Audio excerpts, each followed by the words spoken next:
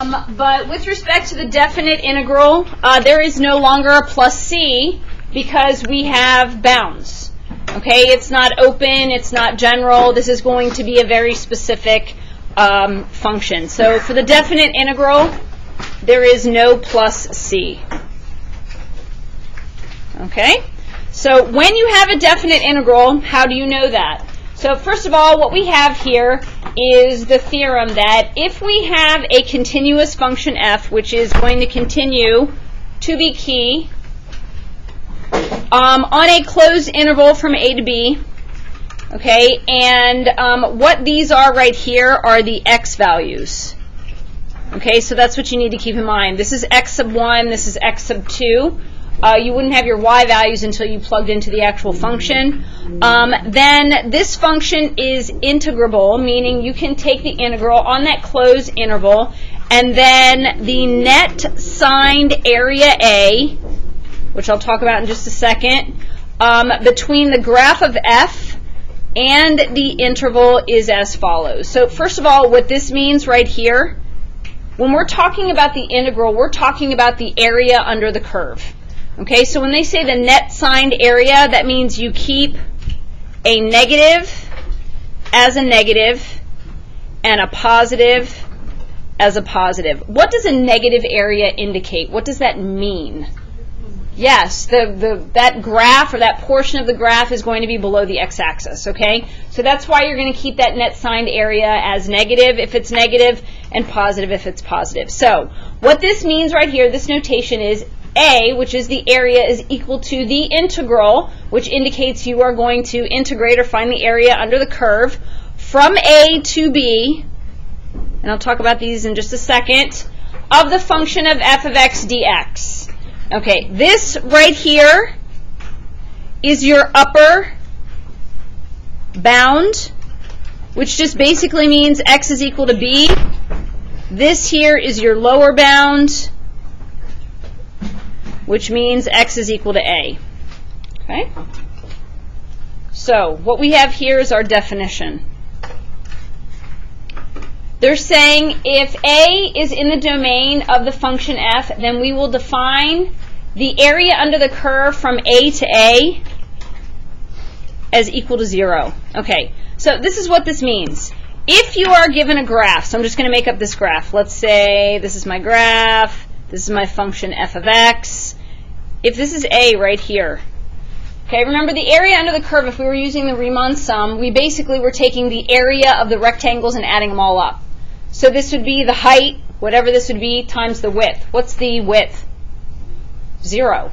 So then height times the width. Whatever the height is, let's just call it f of a, is whatever the value is, times 0, the answer is 0. So if your bounds are exactly the same, you're going from 2 to 2. You have no width. Does that make sense? So the area, there's nothing there. It's 0. Okay, so if you just kind of keep this in mind, that should definitely help you save some time. All right, if the function f is integrable on the closed interval from a to b, this right here is really important that you note this because it's going to come into play when we talk about some of these problems in here. This is not going from a to b, it's going from b to a. So you want your values to go from the smallest value to a biggest value. That is the format. So in order for me to flip these bounds, you're going to factor out a negative. It flips these bounds over. Okay, so you need to make sure that you include this, and then you notice that this has flipped over. Okay? All right, so here's yet another theorem. If f and g are integrable on the closed interval from a to b, and c is some constant value, then c times f, f plus g, and f minus g are also integrable on that closed interval. Okay, we've talked about this, and these theorems are in the first section where we had the indefinite integral, so these will still apply. Basically, what this is saying is if you have a coefficient, you can pull it to the outside. So we've done this already. Okay, so then you would integrate the function, evaluate it from a to b, and then distribute your c value. That's all that means. Okay, here, if you have two functions that are being added together, all you need to do is separate them and evaluate them from A to B independently, and then combine any like terms if you have them, add them up, because actually now you're going to have all numbers. This is going to be a numerical value. And then the same thing for the difference. So these right here, definitely important. Okay? And then the last one here before we actually start to apply, if f is integrable on the closed interval containing 3 points, a, b, and c, then the following is true.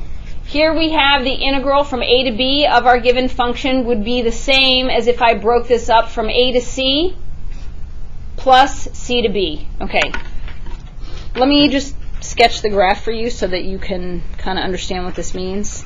If I have my function f of x like this, and we say, all right, I want to find the area under the curve from a to b, all right, it would be the same if I were to, let's say, just find this area, and I'll mark this in green like this, okay, from a to b. But let's say there is some point C in the middle here, and I'm not going to make it exactly in the middle. I'll just put it right here. If I were to find the area under the curve from A to C, like this, and then find the area under the curve from C to B,